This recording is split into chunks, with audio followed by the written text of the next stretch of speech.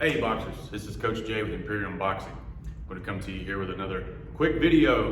This one's going to be specifically for Southpaws, Southpaw tactics, Southpaw advantages, etc. I've seen a lot of Southpaw fighters that just really, they're not that good. They certainly wasn't as physically blessed, probably wasn't as skilled, but they would take the center of the ring, dominate the center of that ring with hooks or jabs, twos and hooks, and turning their orthodox fighter. And they stayed in the center of the ring. They just sit there and peppered him, hiding, bop, bop, hiding, and then turn, and then bop, bop, bop, slip under, and be over here on this side, moving to the right, stayed in the center of the ring, and it worked phenomenally for some of these guys. So, all right, guys, there's just not that many of you Southpaws out there. Most of our instructions cater towards orthodox fighters. However, because there's just not that many of you Southpaws out there, you have a lot of advantages over orthodox fighters. One is just simply your experience. You see more orthodox fighters as a Southpaw, right? Versus an orthodox fighter seeing Southpaw fighters. So we're probably talking 88 to 12, percentage-wise. Another thing is, it's just the way your stance is mirrored. It's actually mirrored with the orthodox fighter. He's not used to that. Everything he has learned is now backwards. Everything's the opposite, okay? Your jab hand out, his jab hand's out. Your left hand is over here on this side of his body. You can land down the middle or throw a loop in left, and he's just not used to seeing danger like that from that side.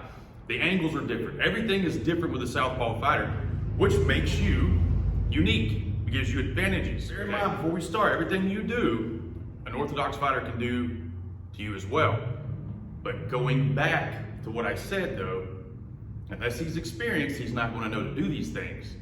And secondly, when you employ them, he can't process it because he just hasn't seen it enough. He may have been told about it, he may have thought he was ready, his coach may have got him sparring with Southpaw fighters, but it's just different when you got a Southpaw fighter who's somewhat experienced at this type of stuff. Okay, your jab hand, your lead jab hand, that's going to be out in front with his, okay? His lead hand as well. When he jabs, you need to be trying to block that jab with your lead hand, okay? Your lead hand. If you think you can time it well, you can actually smash that jab, maybe catch it and smash it, push it up, okay? Slap it, you can parry it. Or you can just do the safer catch. Don't want to be out too far, so if the jab comes, I'm kind of leaning back and catching it here in my area, okay? So this side, kind of catching palm up, right? Or, as I said, you can be a little riskier. If you think you've got it timed, you can smash it, crash it, and come in. You can do off that blocking that jab. We can hook around it, we can catch. Hook around it, we can catch, fire over the top. Or we can catch, shoot or two down the middle, okay? So there's a bunch of different things you can do, depending on what the circumstances are and what you're comfortable with. He's just not used to having his jab blocked after the front. It's going to cause some problems for him. But what you need to be doing, secondly, is getting this outside foot, my lead foot. You need to be getting it over here somehow, so you can line up your left hand or simply just take an angle. Okay? You do that by distracting your opponent. Use smoke to hide your egress and ingress routes. Like use the ninja and pop smoke, meaning throw flurries, throw jabs, throw light punches, get his gloves up. But meanwhile, you're taking his foot and you're setting him up for the real deal. Okay. A couple light shots, get his hands up, get him distracted. As you're throwing those shots, be taking that step over here. Now your opponent is still this way, okay? So I have a blue corner right here. You can't see it in this video. There's a blue corner. So this is the blue, that's the red. Okay, we're on the center line with one another. If I get his hands up, okay, and I take my step, okay, just a slight little step to the outside of his foot while his hands are up. That T is facing the red corner that you can see in the video. Now I'm over here though, okay? I can even take a little more extreme angle if I want. Then you can set up shots. You can use his jab. If his jab is coming at you, you can use it to slip, okay? Get off the center line, drop this shoulder, shoot your two down the middle, okay? You can do that. Now, as you shot your two down the middle, you almost do like a little half step correct. again, you can hook, okay? You can finish the turn, use your hook to turn it. Use your hook to turn the rest of your body, okay? You can also hook, just the hook. So that was the straight to hook. You can also hook off of him and turn him, okay? Once you make contact, boom, you can turn him. Notice I'm not throwing a big, stiff, hard, short hook. I'm kind of rolling my hook out. You can do either one, but as a southpaw, you got to get over that lead. You got to get over his lead hand, his jab hand. And sometimes it's better to get his hands moving, feint, roll over so you can land the big one, okay? Then you can move in and start ripping to the body or whatever it is you want to do, okay? And this isn't something new. You've probably come across it if you've searched for southpaw tactics. Or maybe you're an orthodox fighter looking for ways how to fight against a southpaw fighter. If that's the case, just know that he's trained to do that.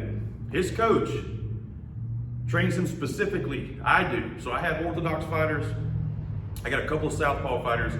I train my southpaw fighters differently. Not different in development, but different in tactics. Okay, what we want to try to do in the ring in there. I like them to throw hooks, and I like them to turn and throw shots. I like to throw combos off of a slip jab, for example. I have a video on southpaws, and I'm going to include it in this video for you.